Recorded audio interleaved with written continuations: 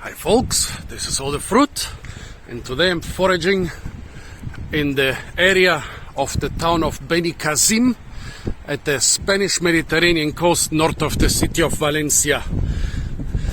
I made the video foraging through those tourist areas and the beaches.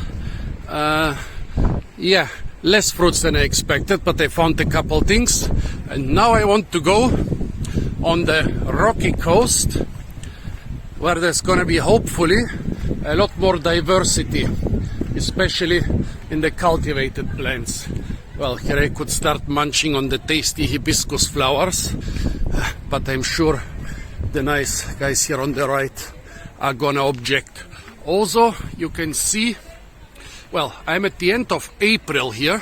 This is basically the end, shortly after the end of the supposedly rainy winter season. But if you look at all those pines over there on the rocky slopes, about 20% of them are dead or dying. We had no rainy season this year. Basically, in the Mediterranean it's like this. The summers are not only hot, they're also very dry.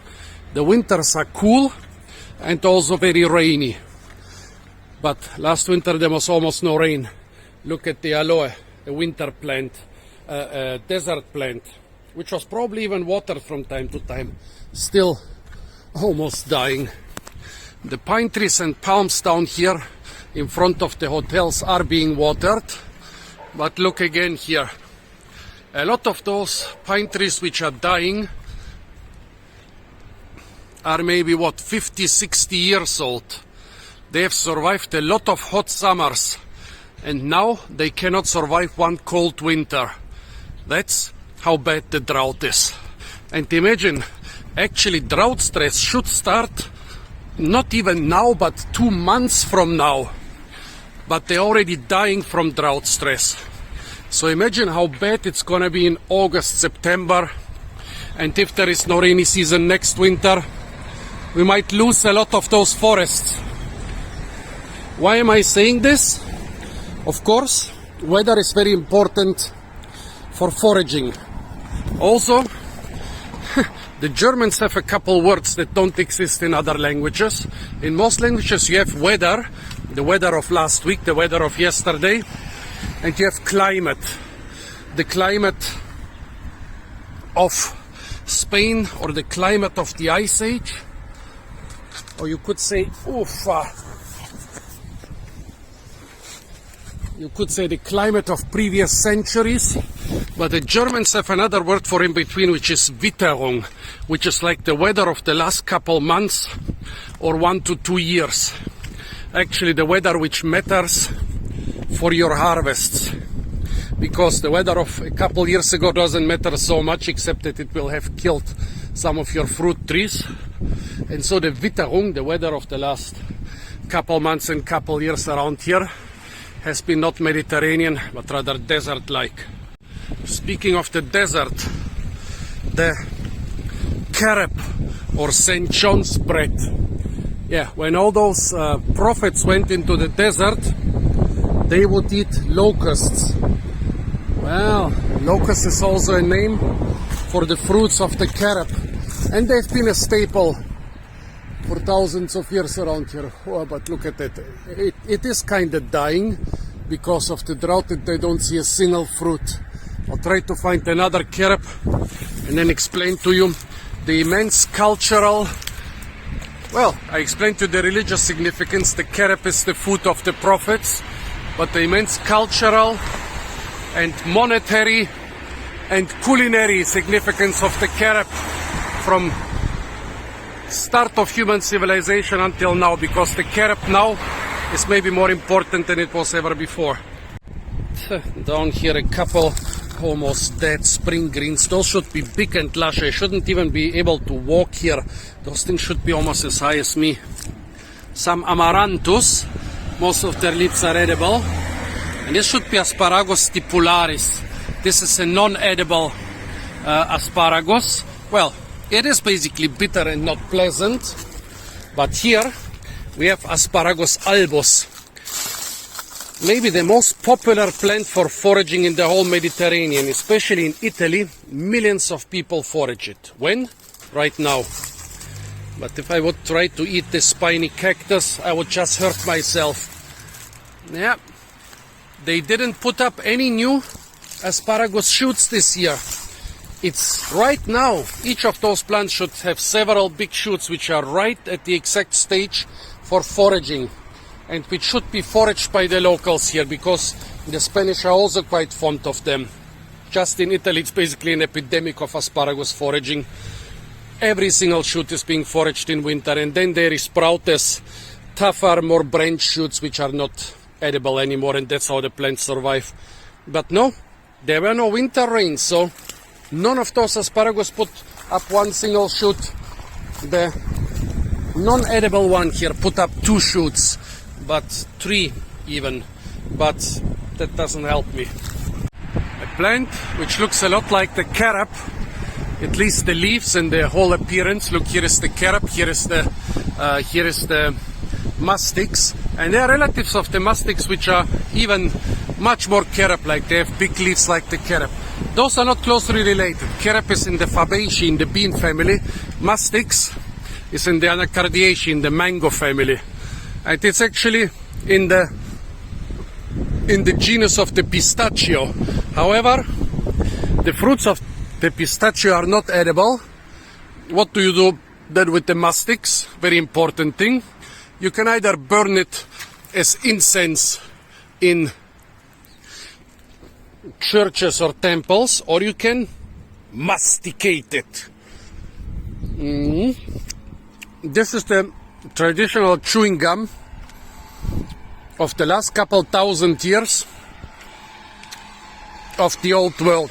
The chicle is the chewing gum of the new world, of the Mayas and Aztecs, but the mastics was the chewing gum of the old Orient and of the classic Greeks and Romans. It's still being collected and sold. It's nice. It tastes more or less of pine raisin. Oh, and here is the carob. Young fruits. This one had enough to produce a couple fruits. Oh, look how bad it is. The rats don't have carob fruits to eat. They eat the rind of the carob. That's how bad the drought is, folks. The rats are starving. Look at that. There's a small chance those could be rabbits or some other animal. I'm quite sure they are rats. Let's see if we can find scat somewhere. The rats are eating the carob rind. The rats are starving. That's how bad the drought is, folks. The rats are starving. I've seen such things on the small island of Fungus Rock in the Maltese archipelago. A rat population explosion. And at the end, they were eating everything. Every non-lethal plant and every non-very toxic animal. Well, carob. So I already said this is the food of the prophets. It's also the fruit of the poor because it grows even in very arid conditions. It's a very important survival food. I've never eaten the unripe. But, definitely very astringent. Also, it made the mastics raisin solidify in my mouth. Interesting. Very astringent. But the ripe ones, they are still a bit tart, but also sweet and very nutritious. The seeds are very tough. Here they are still not well developed. But the seeds, yeah, here is one seed. They weigh exactly 1 carat. So in ancient times they were used to weigh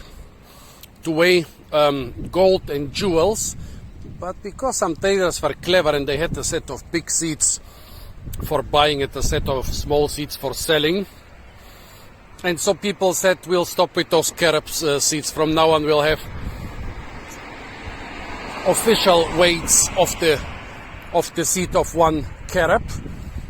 And carat is one name of the carob. The Latin name is Ceratonia siliqua.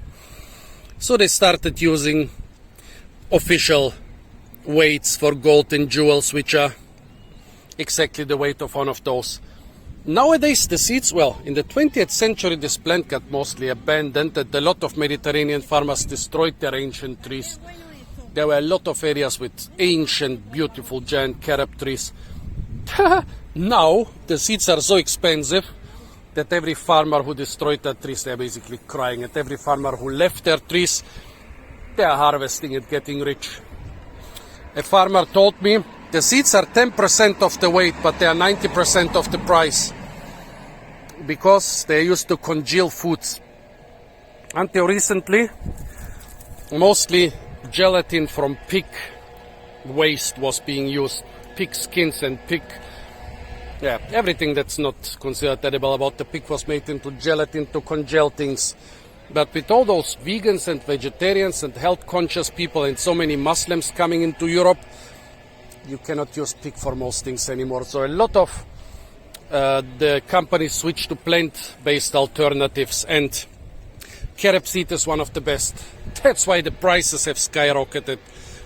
And carob trees need a very long time to grow to a good size. So the farmers who didn't destroy the carob trees, they are happy now. Fennel, a very popular Mediterranean vegetable slash spice. It should be 10 times the size, but at least it's sprouting. It got some water from somewhere. I don't like the taste very much, but yeah, it's a good and very popular thing around here. The giant Spanish reed. This is a very small specimen, only 4 meters tall. Here we have a couple medium-sized specimens. This is the bamboo of the Mediterranean and the bamboo of the Spanish Empire. They spread it everywhere they went, and now it's invasive in many parts of the Mediterranean where it was not native. In many parts of the Mediterranean where it was native, it's still invasive. Yes, those things exist. And also in many parts of America it's invasive. It is smaller and not as tough as bamboo, but since there was no native bamboo in the Mediterranean, it was used for it. Wherever you see the Spanish reed, there is water. There hasn't been surface water here for decades, but there must be an aquifer down here. You see here and also over there. No, I'm not filming the cute girls, I'm filming the giant reeds behind them. The problem is it's invasive. It is producing monodominant stands. Even here where it's being cut down, almost nothing can grow between the Spanish reeds. And it's getting its roots so deep down that it depletes even subterranean aquifers, and that it can grow to giant sizes even where there is no water on the surface. We have no good solution for this thing. It is a ton of work and almost impossible to destroy it.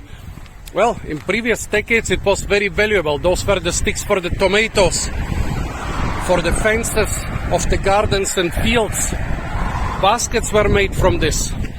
Roofs of houses, a lot of small everyday items were made from this.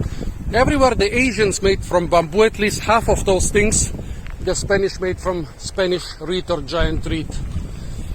Now, since it's not being used anymore, it's spreading. And one of those plants spreading combined with the drought, this sucking up all the moisture from the soil, even from deeper layers. It's a bad combination. This resort is clever. They planted native mastics and Pinus halepenses here, and as grasses they planted stipa. Stipa is the same word as steppe, and steppes are basically those prairies of the old world, where those drought-resistant grasses grow. A lot of different stipa species. They are very drought-resistant, so they are being probably watered here from time to time, but you need to water them a lot less than normal flowers or stuff like that. So they are already preparing for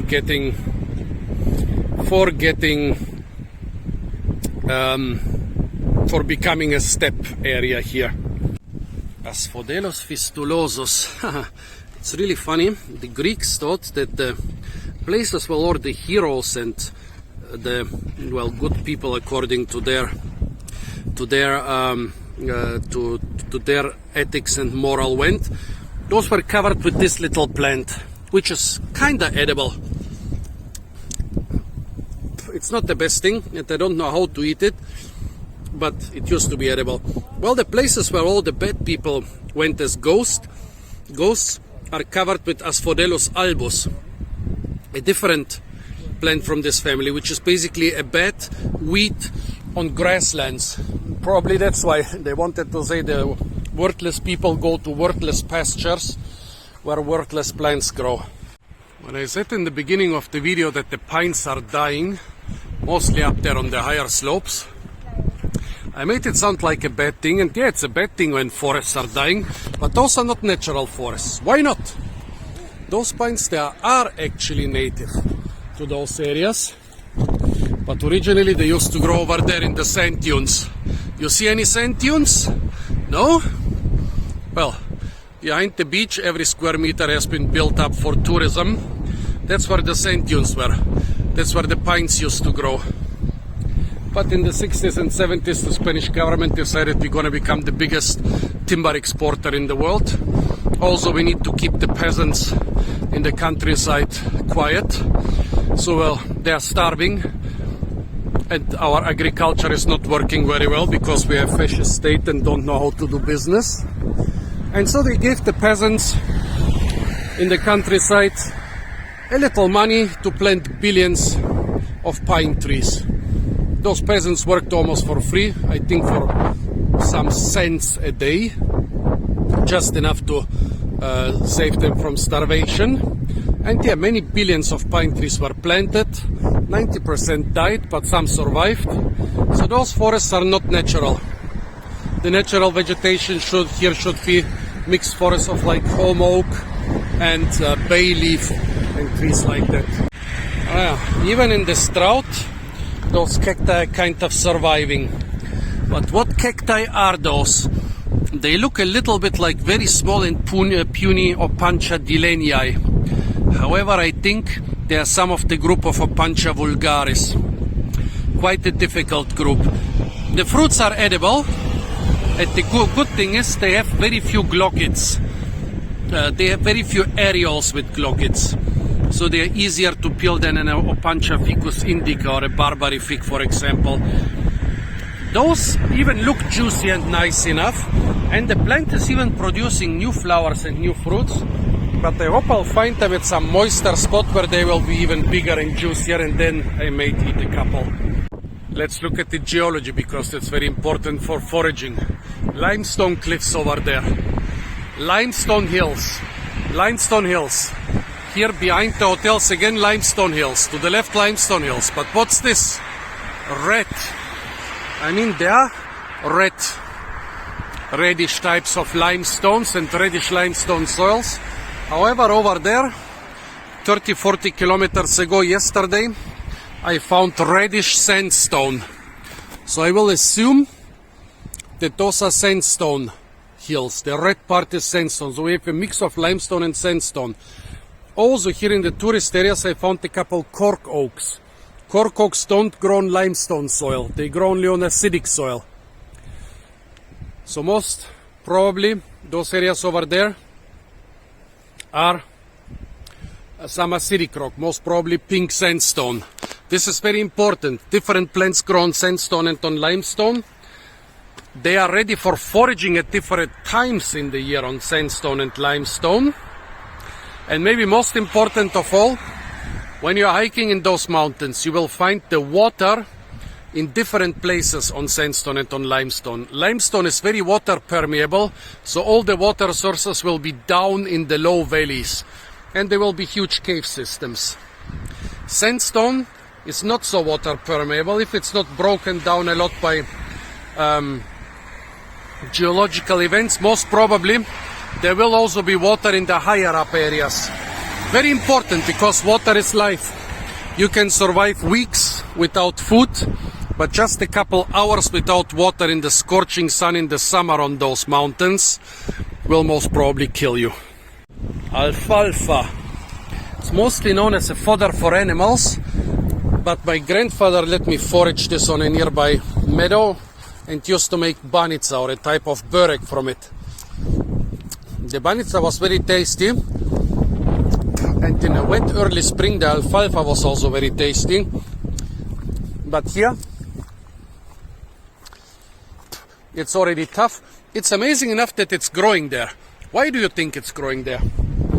Well, there were a couple rains during winter, not too many. And see the spike path? There is an inclination. And here it makes a curve. So here the water that's raining on the bike path cannot percolate here, so it's running down the bike path. And here at the curve, and where the inclination is not so high anymore, it spreads to the left and to the right. That's why right here we have a lot of alfalfa. However, not enough rains to make it really nice and tasty for humans. A water fountain. Water is life. Fortunately, a lot of cultures who have colonized this area, like the Romans and the Arabs, who are very great water builders with aqueducts and public fountains. But also what's interesting, look here, pink sandstone. This probably comes from nearby, and it's another indicator that those mountains in the background are most probably sandstone and not pink limestone. Look at those, look at such signs, folks. I mean, nowadays it could come from China. In my city of Heidelberg, they wanted to redo a city square. The requirements were they have to take exactly the same type of sandstone that was mined in Heidelberg. They got the exact same type of sandstone that was mined in Heidelberg. They got it from China. But this rock, I kind of think it comes from the nearby mountains. All the palm trees you see here, especially in tourist areas and cities, are imported. So the countryside of the European coast is not dominated by palm trees originally. Well, all the palm trees are imported, but there is a native palm shrub here, by the way, a feral Canary Island date palm. But this one is a native dwarf palm. It's not a tree, it's a shrub. It's branching from the ground. And this shrub has edible fruits, edible dwarf palm dates.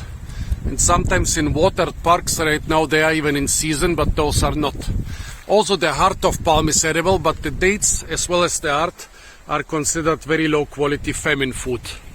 Also here we see a couple geological features which are very important for our foraging. Here you can see, what is this? Some type, yeah, it is limestone. See the remnants of old shells?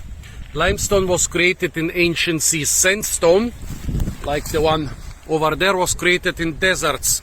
So when the whitish rocks were formed, this area was underwater.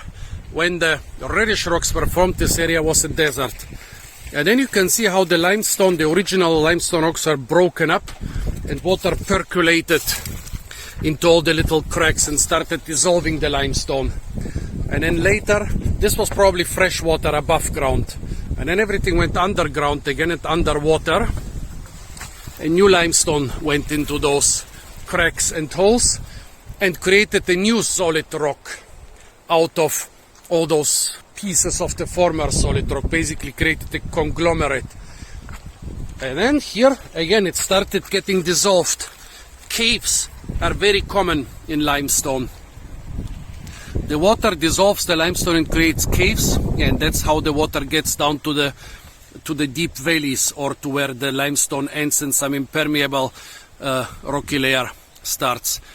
That's why in limestone areas it almost makes no sense looking for water in the high hills in a dry period, because through those little cracks and caves and nooks and crannies, it will go down, down, down, hundreds of meters, sometimes thousands of meters, until it cannot go down anymore, and then it will get out somewhere and get to the surface. That's why if you want to find resources in a limestone area, especially water, but also fresh foods, in a dry period, you have to go down into the valleys, because on the hills you will starve and die of thirst. I think this is mirabilis. I thought at first it's pokeweed, but now I think it's mirabilis. Not sure if mirabilis is edible, so I'm not going to say anything here. A fig tree, one of the most traditional and typical fruit trees in the Mediterranean, and fortunately for the tourists, they are feral and grow everywhere, and a lot of them, most of them are ripe during the touristy season. Here a relative of the fig, this is the paper mulberry, Brusonetia papyrifera. No fruits, no mulberries on this one. What about this one here? Oh, male flowers. Yeah, male flowers of course will not produce fruits. Let's look for a female tree with female flowers. Well, they are flowering right now, but in a couple months they will have orange mulberry-like fruits, which are kinda edible. This bike path slash hiking trail is an old railroad. They do this a lot in the Mediterranean. The old coastal railroads are being used as bike and hiking trails, while the new coastal railroads are usually hidden somewhere inside the hills. Here somebody is trying to recreate ancient rock art. But yeah, you can use those things, those deep cuts into the geology, to check for what type of geology you have here. Limestone, limestone, limestone. Not so many caves and cracks here, but here is one little one where the water did percolate. This is one thing that makes limestone hills so dry. Here a couple other small cracks. The water percolates, sometimes it dissolves, sometimes it forms new crystals, and so on and so on. And with time it forms huge cave systems which then later collapse and the whole mountains collapse. But this usually takes millions of years. During those millions you have the cave systems and the dry hilltops and hill slopes. Here again a crack where water used to flow down for hundreds, for thousands of years. In this spot it didn't dissolve, but it did deposit limestone again. This also happens, especially when the water gets warm. Then it gets rid of its limestone pretty quickly. And actually, the shiny limestone coatings of old Roman aqueducts, of the water tunnels in old Roman aqueducts, were massively used in Mediterranean churches as a type of marble. Pomegranate, another very popular ancient fruit of the Mediterranean. This is a feral one. It's not native to this area. It's probably native to areas of the eastern Mediterranean. There's very beautiful red flowers, and I think somewhere I saw one at least. Now I cannot see it anymore. But those shiny leaves are quite signature. Let's see if it's spiny. It's not spiny. A feral plant. Well, it's a bit spiny. Very spiny plants with small fruits I've seen in Montenegro, but the Adria is an outlier for the distribution of this plant, for the wild version. So we are not sure if it's really wild there or if it was a very old primitive form that was introduced there a long time ago. But around here we are sure it's not native. Making those old railroads into hiking and biking trails is quite a good idea. Good they didn't make them into racetracks for cars. And it's also nice to hide the railroads underground. However, of course, this costs many hundreds of millions. Guess who paid for them? Not Spain. Germany. My tax money has paid for all this. So Spanish people, I really like you, but when you complain about all the Germans coming to your country, well, firstly, your coastal areas would be as poor as Morocco without tourism. And secondly, even pretty much all of the big infrastructure works are being paid with my tax money. So, yeah, be nice to foreigners, especially to the ones who pay for your infrastructure. Lactuca seriola. That's the ancestor of the common lettuce, and the guy from Australia, I think, told me He's actually boiling the greens with some other greens and then they are edible. If you don't boil them, they're usually a bit too bitter. And also they are spiny. I wonder who got the idea to breed a lettuce out of this more or less inedible thing. There are so many nice wild greens and wild vegetables. Why didn't you breed a leafy vegetable out of them, but out of this spiny bitter thing? Oh, look at them. I'm always happy to see this for personal reasons, despite it being an invasive. This Parthenopsis tricuspidata, a relative of the grapevine from East Asia. It is invasive in Europe. In Germany, I was the first botanist who found it to be invasive in the area of Heidelberg. And once I published a big compilation about lots of weeds and invasive plants, and some of the really good, really high-class botanists, the ancient botanists of those old times, one of them really appreciated me discovering and publishing this one. All the other things I found and published, he thought they are kind of nice, but this he was really impressed. So now every time I see it, it's like a personal win for me, a pat on the shoulder. It's a grapevine. It's a relative of the grapevines. It's in a different genus, not Vitis, but Parthenopsis. The fruits are not good and full of oxalates, so they are not edible. But it was tapped for its sugary sap instead of sugar maples, which are not so common in East Asia.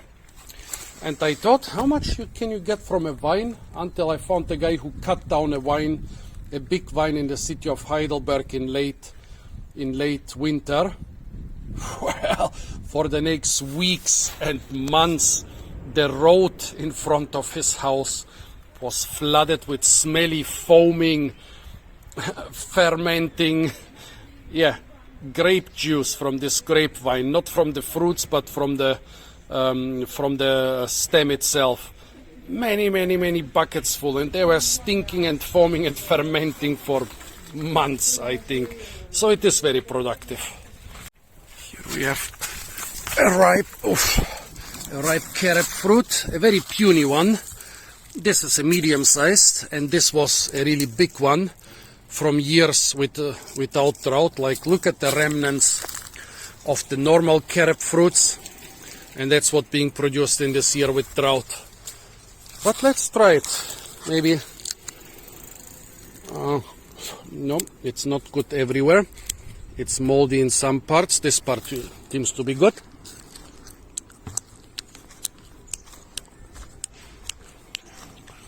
The sweetness dominates, definitely. There is a tartness and the funky flavor similar to some palm fruits which taste similar to dates. Not exactly dates, but it's more like dwarf palm fruits. It's good. It's an important famine food. And recently it used to be an important fodder for animals because it's very nutritious and very drought resistant. Now, as I said, the seeds are the most valuable part. The seeds historically were considered as mostly useless because how many seeds you need to weigh diamonds? You don't need thousands of tons of seeds. Now the seeds are the most valuable part, but you can also make a lot of things from the husks. You can make a cocoa-like drink. You can make flour, which you can use for bread and cakes. You can make puddings and creams from it. Very good fruit. The poisonous ombu. All its relatives are quite smallish, weedy plants, but the ombu can make really big trees. It can make stems 1 to 3 meters thick within a couple decades.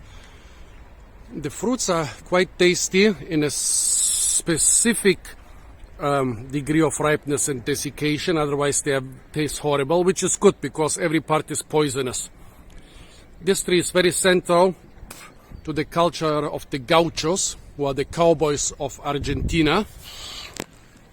And why is it so central to the culture? Well, in the Pampas, which are the prairies of South America, of Argentina, the cows will eat any other tree except for this because it's toxic. So the gauchos, of course, they would always make camp under those trees which protect them from the sun and from the wind. That's why they became so central to their culture, despite being toxic and actually not being useful for too many things. But they're also popular ornamentals because they grow to immense sizes within short time. Ombu is a popular name for those. And by the way, pigeons eat the fruits in huge amounts, so it seems they are not toxic to birds, which would be a big disadvantage because the birds are supposed to distribute them. See, something is climbing the carob trees and eating the seeds out of the fruits. I wonder if rats do this, because rats would also like the sweet fruits. It's a bit of a mystery to me. So something eats the seeds and the rind, but not the fruits. A bit strange. Old olives. Unfortunately, in the 20th century, maybe many of the centenarian and even millenarian olives in the Mediterranean were cut down for roads, for urban development, for wheat, for wine. Around here mostly for tourism and for orange and almond plantations. It's hard nowadays to find really ancient millenarian olives, but I managed to find a bunch yesterday. I don't even know. The one down there on the parking lot was definitely planted. Those here on the railroad dike, I think they're rather feral, maybe seedlings of the old one down there.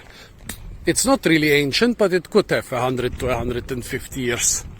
Look at the pines around here. This is Pinus brutia or Pinus halepensis. I always confuse them. But look at this pine on the parking lot. It has a crown which is more wide than tall. You might think this is because it has a lot of space. Yes, it does have a lot of space. That's why it made such a crown so low and so early. But this crown is very typical for the domestic pine or stone pine. The seeds of this pine are tasty and edible. Well, all pine seeds are edible, but most are small. Those are tasty, edible and big. And they've actually been a very important Mediterranean staple food for thousands of years. You can still buy them in Mediterranean and Middle Eastern supermarkets. Of course, they've become very expensive right now because they're extremely labor intensive to collect. Most of those trees are not 7-8 meters tall like this one, but 20-30 meters, and harvesting the pines is incredibly dangerous and labor consuming. Wonderful scent of hot pine forest. Pine forests are very smelly. Wet pine forests are smelly, but also hot pine forests are smelly. Nice. However, one cigarette here and the whole area is gone. The pine forests are gone and a lot of the houses are gone. Usually the only season of fires in the Mediterranean is the summer season. But now, in that drought, all year is fire season. Very bad. An almond tree. Almonds are another important staple food for thousands of years here in the Mediterranean. This is probably a feral almond. Could be a survivor of an old orchard or plantation, but I think it's a feral almond. Also, unfortunately, they were also the main export product of remote, dry, mountainous areas. You know, Spain, they didn't care if their, well, citizens, they didn't call it citizens, if their subject died, if their subjects died. Even the peasants in the most remote, most inhospitable areas had to turn in a lot of produce. So if your desert had the slightest chance of producing a little bit of grains, you had to grow grains and you had to deliver them to the government.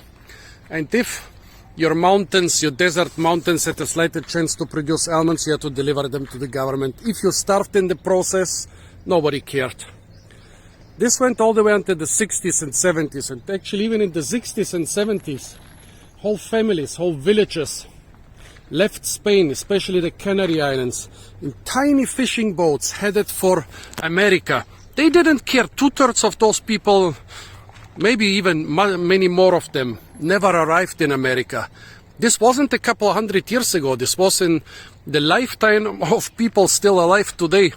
parts of Europe were so poor the people preferred to die of dehydration or die in a storm at sea instead of continue starving and working for their fascist overlords. This was the time after World War II. This was the time of Elvis Presley, the Beatles. Yeah. Like genetic splicing. The time where people landed on the moon and stuff like that. And people here in Spain were still starving just to make their fascist overlords richer.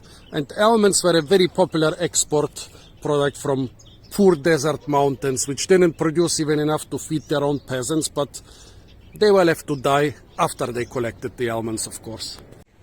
Here we have another very important Mediterranean fruit tree. I'm not talking about the fig here. The fig was probably even more important, but behind it is a service tree, Sorbus domestica. It grows in temperate areas like Germany or Britain, but nowadays it's much more common in the Mediterranean.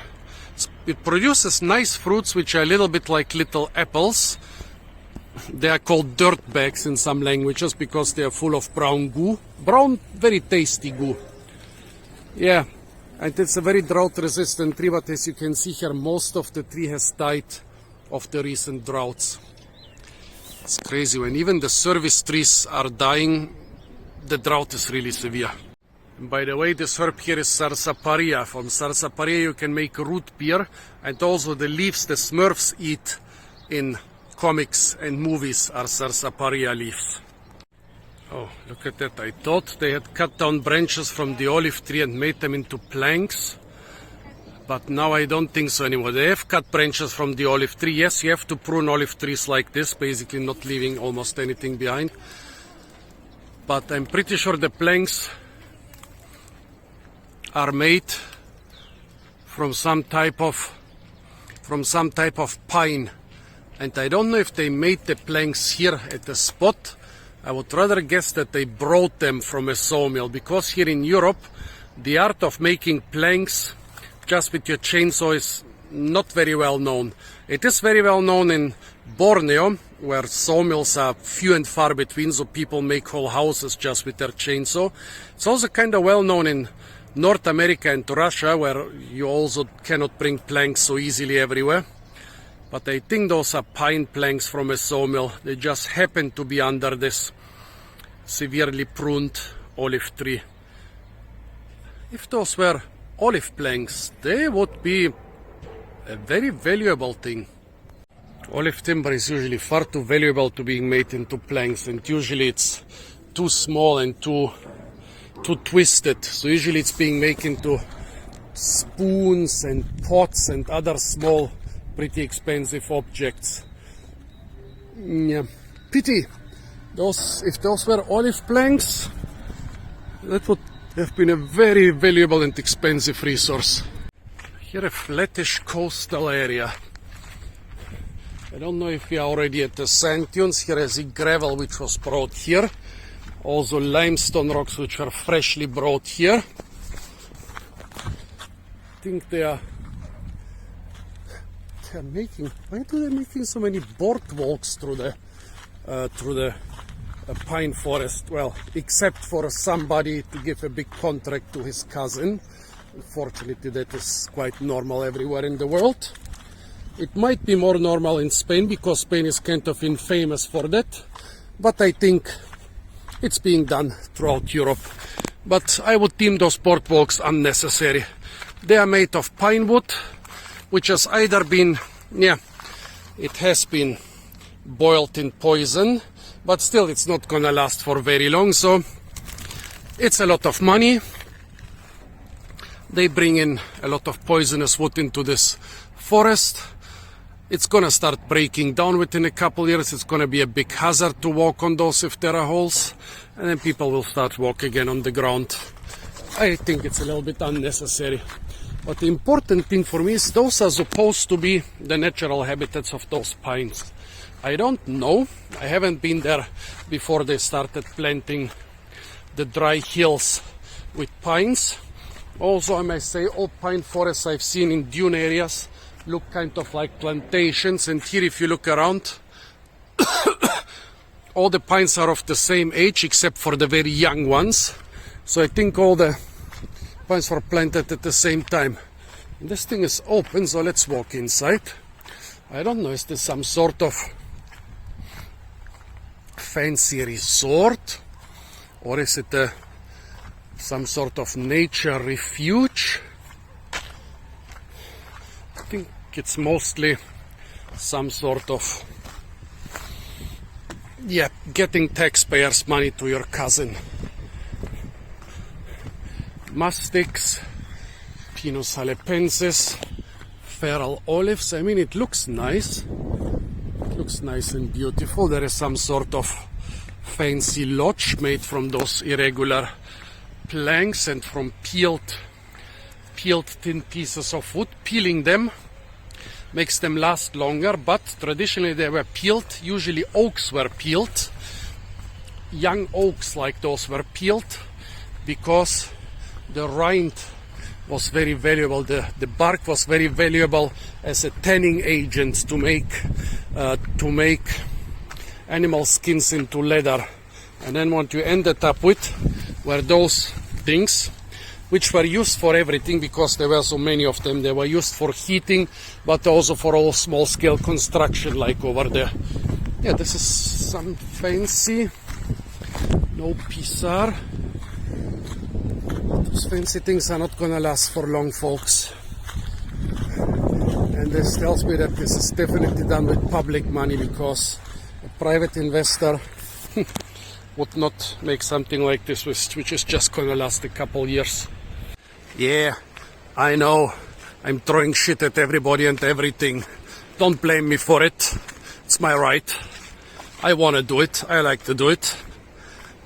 Nobody can stop me, especially not you. Just when I said nobody can stop me, those two guys kicked me out. They said it's not open for the public yet. I said the gate is open. They said, yeah, but that's for us, for the construction workers to get in. Here an almond, and this is one of those Marcona-like almonds, very short and broad fruits. See them? Marcona and a couple other varieties around here have this. Usually almond fruits are a lot more elongated. I don't know if it was planted. I'm pretty sure this is a sucker from this tree, but was this tree planted? Or is it a seedling? Most probably a seedling. Also those olives seem to be feral and not planted. I think the only thing that was planted here are the pines. Here they are trying to restore the coastal ecosystem where I'm trampling. This is a Medicago arborea or something like this. Here we have some type of, okay, here we have a nudist beach. Let me check if I, okay, I did not film the naked people, so I can put this video online. Yeah. In Europe, well, especially, no, definitely not originally in Spain, but in countries like Germany and the Netherlands and Scandinavia, being naked used to be quite of a very normal thing, at least in parts. And they have brought this culture here to Spain. The Spanish at first were very opposed, but now some have joined. Well, here we have Juniperos, most probably the red one. What was it? Juniperos Sabina, no, Juniperos oxycedros. Here we have the spiny oak, aptly named so. It has little spiny leaves. And here again the dwarf palm. And this is a native stand, so this is a palm that can withstand a lot of salt spray. Of course, all this planting is not gonna stop this steep vertical slope from collapsing. Also, this is the native habitat of the rosemary, yes, the one from the song Parsley, Sage, Rosemary and Thyme. Don't copyright strike me for saying this. Actually, rosemary is extremely common in Spain, just like thyme. And giant areas, giant steppes, flowering steppes in Spain are being called matorrales or tomillares. Matorrales are the rosemary steppes and tomillares are the thyme steppes. They smell incredible when you walk through them. and they produce so much honey. Oh no. Now from the nudist beach I ended up in an area where men walk in pairs. Usually an older white man and a younger North African. I don't judge, but I'm pretty sure that some euros change hands here. Yeah, let's move on. I don't know why, but they always think I'm one of them. All the money I've been offered. Nah, I prefer to earn my money with farming. Yeah, this is what the coastal steppe/scrapland will look like at the height of the dry summer season in August, but not in April. In April this should be green and covered in flowers. It's about drought. Don't remember anything like this. There are desert areas in southeastern Spain, but this one is supposed to be almost semi-desert, but not quite. Cannot decide whether this is a Saracen tower or a lighthouse or signaling tower.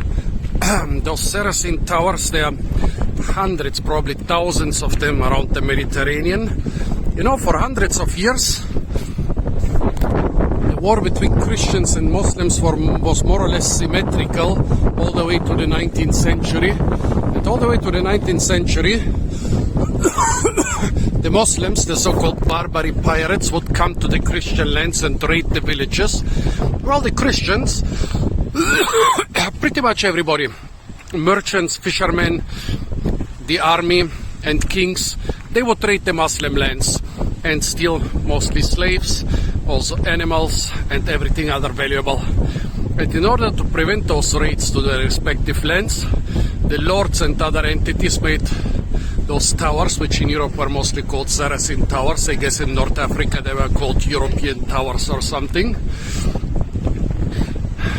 Usually they had much thicker walls than this one. And usually you would put your old veterans up there, your old soldiers, the one who cannot march with the army anymore. If they lack a leg or an arm, even better. They just need to have their two eyes. And since old people are often farsighted, they maybe cannot see what they are eating, but they look into the sea, and if they see pirate ships, they start a fire, and all the villagers escape into the hills if everything goes fast enough. Of course, those one-legged soldiers cannot escape into the hills, but as you can see, the entrances to the tower are very high, the walls are very thick. Those are soldiers, they have guns and sabers and small cannons. So the pirates might be able to take one of those towers, losing days, losing a lot of their own men, and what are they gonna get? Revenge to a bunch of old cripples. That's why those towers were not that often attacked, despite the fact that they thwarted a large percentage of the pirate attacks. But still, I'm not sure if this is a Saracen tower, because the walls are a little bit too short. A couple ship cannons could totally wreck this. Usually the Saracen towers are much thicker and stockier. And yes, I have a friend called Mario Gauci who is the capo maestra of one of those towers in Malta. And for years he has been asking the Maltese government for a cannon. He says with his title and his position he is entitled to means for defending the coastline, including a cannon. Maybe one day they'll give him some non-functioning replica, but he wants a real one. Those cuts into the hills are kinda impressive. Another tower of the same type. Pretty sure they are Saracen towers, and the local lord was a cheapskate who didn't want to invest into thick walls. Also, on the satellite, this hill was surrounded by a spiral road, and there is nothing on top. There are even streetlights on the spiral road. Why did they destroy such a nice hill just for a road to nowhere? It's going in a spiral all around the hill until it reaches the top. What, for a viewpoint? Destroying so much nature just to get to the top of a hill without any purpose? I don't know, man. Yeah, giving them modern infrastructure is one thing, but sometimes it's just a bit too much. Especially when you look at such a nice hill, such a nice rocky hill, which is now being made into a travesty. Also, normally those slopes right now would be teeming with beautiful wild orchids and lilies, and there would be a lot of spring greens and edible spring flowers to forage. Exactly none of those have materialized this spring. It's not even a spring. I guess it was basically like an eternal summer, which just got quite cold around Christmas and now is heating up again. Rubus ulmifolius, this is the Mediterranean bramble. It's not as dominant as brambles are in more temperate parts of Europe, but on the other hand, many of the dominant brambles in the other parts of Europe are the invasive Rubus armeniacus. Also, the fruits of this ulmifolius are usually quite dry, maybe because they are ripening in summer during the dry season. I must confess I like the fruits of the more temperate species better. Yes, it is a defensive tower. I read the description. However, quite a cheapskate one. The walls are definitely not thick enough. They have all those nice, well, what are those? Murder holes. They're almost a little bit meticulation-like. The main defensive feature is that the door is located 8 meters above ground. And from the description it seems that the tower was usually understaffed and under-equipped. Beautiful view, however. Guess it's gonna be even better from the tower, from the top of the tower, but it's closed. Here we have a nice plant, aloe vera.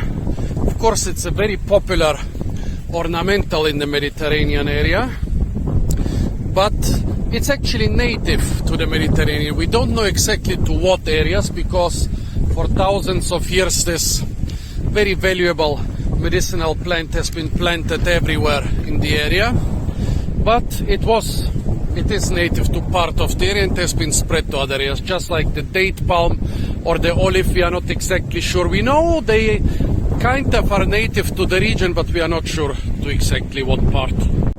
Very good against cuts and sunburn and stuff. Right now I don't have cuts or sunburn, but still a couple leaves are gonna be nice. Let's not be greedy. 2 are more than enough, by the way. I learned the hard way that the aloe has 2 types. Well, that actually firstly 2 types of aloes. Some which are toxic and you should stay away from them, and some which are good. Also, the aloe has 2 types of sap. See the yellow stuff that's running out right now? It smells a lot of beef and of strange plant juices, and this is not the good sap. First you let it drain. If you have the opportunity, you just leave the leaves somewhere for a day to drain. But since I'm not coming back here tomorrow, I'll take them with me in a plastic bag. But you shouldn't, as soon as you cut them, use the first juice. You should wait for a couple hours, and as soon as only the white, only the transparent, colorless, scentless, tasteless juice remains, only then shall you use them on your skin or for food or for other things. Aloe is also a decent food. You can eat it, it's pretty much tasteless. It's like eating a tasteless jelly. Maybe I'll do it later. Here a very typical little oleaster tree. Olea europea var oleaster. This is the wild form of the olive.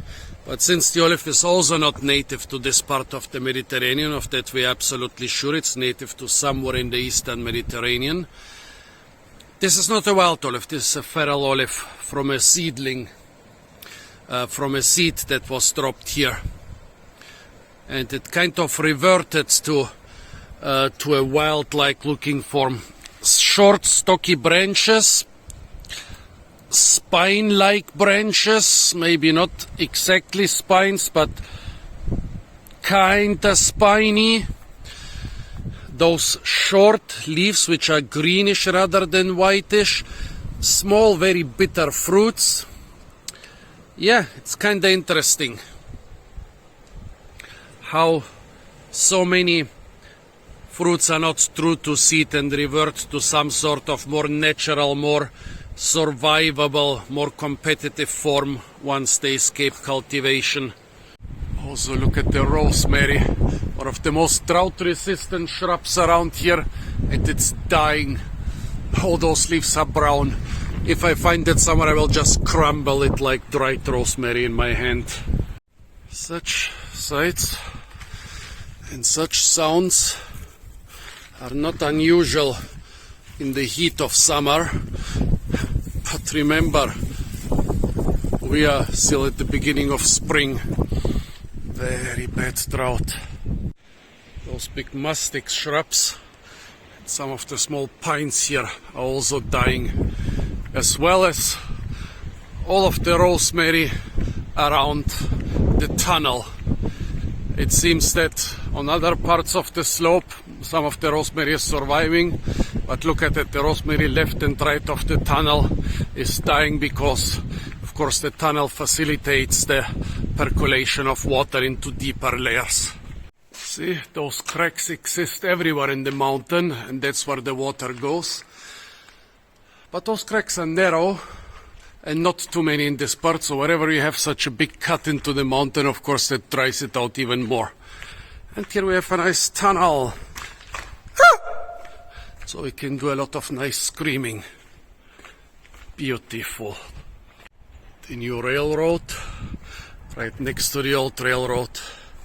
And here is one of the countless huge harbors every small town in Spain has built in the last couple decades, every small coastal town.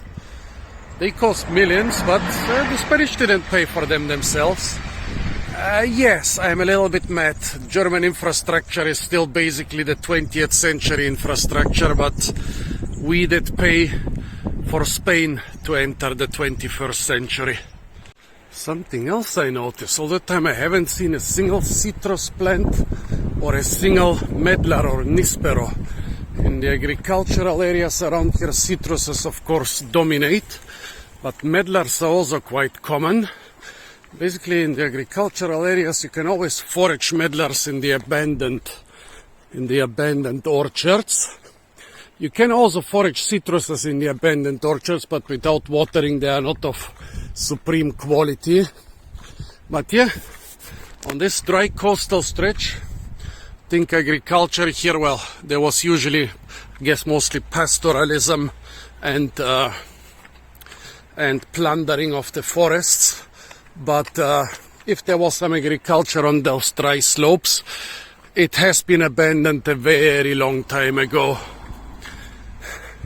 No orchards around here. Here we come to the next beach and the next town and the next tourist high rises. So maybe there will be a little bit more to forage. Agaves. This is probably Agave americana, var marginata, I guess, with the yellow margins. The big butt of those agaves are edible, the big butts, especially right when the flower stalk is about to burst out. And the young flower stalk is also edible, the young flowers are also edible, the young fruits are also edible. The seeds also seem to be edible. However, in Agave americana, those are not very tasty. It's mostly used as an ornamental here. Agave zizalana has been planted in Spain as a fiber plant. And there are other species and varieties which in Latin America are being used. For the high sugar content, you can either roast the whole heart or you can extract sugar, mezcal, pulque, a lot of alcoholic drinks because of the high sugar content and the big size of the bud. I've even roasted a couple agaves in Arizona as well as in Spain, but I must say those random feral and wild agaves They are not the tastiest and the oxalate content is too high. Here the runoff has created a little paradise of spring flowers, but basically every slope in the Mediterranean should look like this in April, and historically it did. However, here I had to travel for a week to find a 10-12 meter, what is this, 30-40 feet stretch of beautiful flowers. It's so sad. And imagine, of course, I only talked about the effects on the agriculture and on the fruit so far, but imagine the effects on the plants, how many plants are dying from this drought, and how many animals have to live without their food because yeah, this green flowering area can support a lot more wildlife than this here.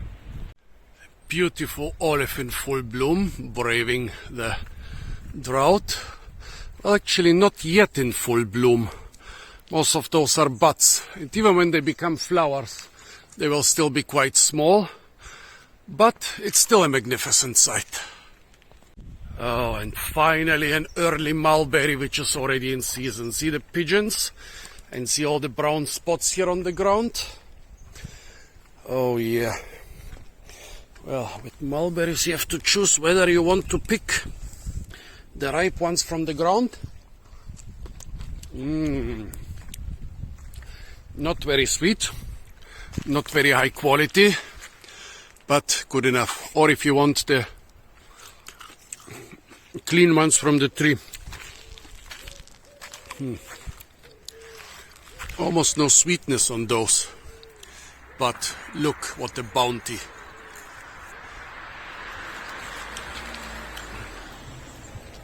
Clusters of fruits. I wonder how this is possible. There are no signs of this tree being watered here. I mean, there is some hose, but if it was used extensively, there would be signs of runoff and erosion. Let's try a couple more from the ground.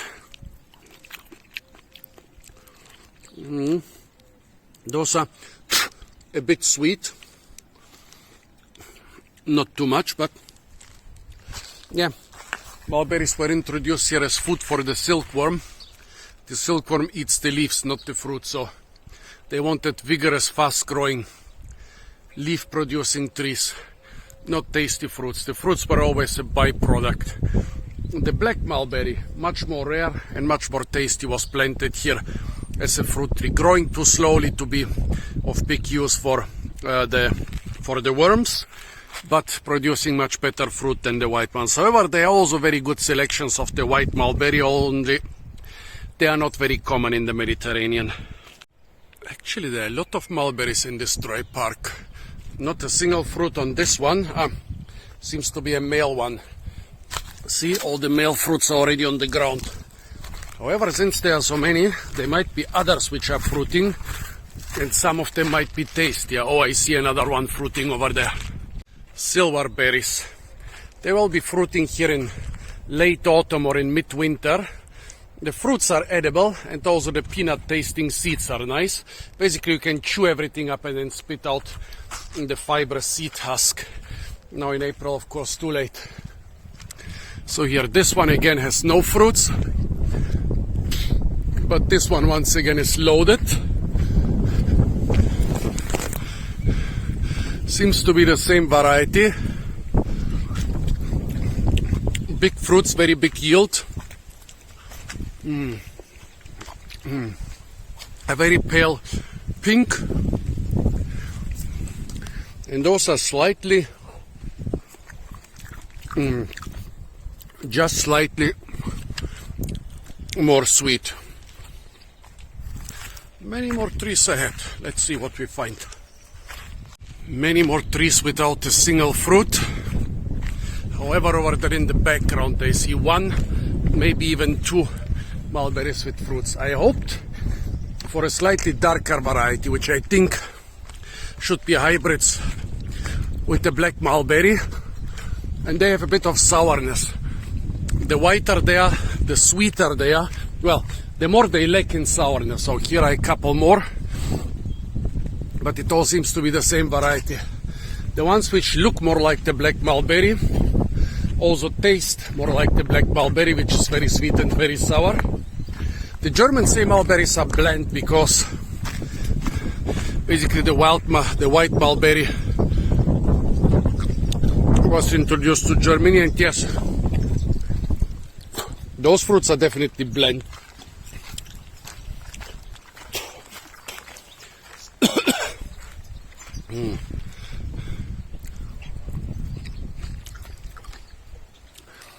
A bit better, but still bland. A different mulberry variety. The leaves are bigger and of a different shape, but not a single fruit. Also here, a lot of citruses. Probably this is what's being called the bitter orange, but actually it's a sour orange. Also, whenever I see grapevines here, I have to cry because in big parts of Germany and also big parts of France and other wine growing areas in Europe, in the last couple of nights, the young grapevine leaves and flowers died of the frost. People, the wine growers, they lit thousands of barrels of oil and other organic waste in the vineyards in order to create more heat, to prevent the harsh frosts from destroying the grapevines. But I saw pictures, most of those things are gone. The grapevines will recover, but the harvest this year will be crap. Lily pilly, one of the best Australian fruits. Here it's just flowering. In Europe it's mostly used as it's almost exclusively used as an ornamental, and only once did I manage to get a couple fruits. But in the Canary Islands sometimes you can harvest huge amounts of the tasty Australian cherries. Finally a banana. That's the first one I'm seeing today. The very tall Topocho or Orinoco banana. Oh, and the second one, I'm being spoiled, are the most common variety around here. And because those grow in the shade, I think they start at my level. Those are well over 8 meters tall. Here we have some which grow with a little bit less competition, slightly lower. However, this one has a big bunch of bananas, which is not very well visible. This one also has a young bunch of bananas. Yeah, here we are still very young and also very battered by the wind. And of course bananas are big water guzzlers, so you have to water them a lot if you don't want them to die in this drought. Oh, and here a loquat hidden behind the hedge and not a single fruit on it. I wonder why. Very strange. All the other loquats are covered with fruits, even in non-watered areas. This didn't have a single one. Oh, and the toxic paternoster tree, but it has really beautiful pink flowers. A yucca, don't confuse it with the agave. They are related. Also parts of the yucca are edible and usable in a similar way as the agave for fibers, for building material, although most yuccas are a lot smaller, for food, for alcohol, but also the roots of the yucca can be used as soap. Also, by the way, I talked a lot about pink sandstone and white limestone in this and even more in the last video. Here we have white sandstone mountains, but there are two pink spots, here and here. You might think those are not limestone, those are sandstone. Nah, those are just overhangs which are being painted red basically by red soils. A lot of sandstones, despite being mostly white, produce kind of a reddish soil when decomposing under certain conditions. So in that case, up there, we don't have two sandstone spots inside the limestone cliffs. We just have some limestone cliffs which mostly stay dry and get not washed and bleached as often as the other ones. Also, different little plants and microorganisms grow on those than on the more exposed ones, and so the color is more reddish, but it's still limestone, not sandstone. By the way, this whole trail on the old railroad tracks is known as Via Verde, or green path, green trail, green way. Quite a beautiful area, and you should definitely go hiking there if you have the opportunity to spend your holidays in one of those coastal towns. A dried up riverbed with feral Washingtonias growing here. Well, basically this is not a permanent river. Usually those rivers will flow in winter and mostly after strong rains. As you can see, there are no traces of permanent flowing water here. But still, in April, after the normally rainy season, there should be at least a trickle. Well, at least there are some green plants here, meaning that there is a lot of runoff. Well, on all those concrete surfaces, the water cannot percolate into the ground, so a lot of it is going here as runoff. That means you can find valuable forageable plants here if you don't mind all the dog poo and the other trash. Here, for example, where this black pipe is ending, there is a tomato. If there are a couple more freak rains throughout late spring, it will probably produce a couple edible fruits. What else have we got here? The mallow is kind of edible. This Parietaria is supposed to be edible, but I have no experience with it. Here, quite unexpectedly, it's St. John's wort, Hypericum. Looks like Hypericum perforatum, a medicinal plant which will help you against winter depression by improving the permeability of your skin to sunlight. However, in such a sunny weather, if you drink this thing against winter depression, you will get sunburn instead. So you only drink this in sunless winters to get more vitamin D.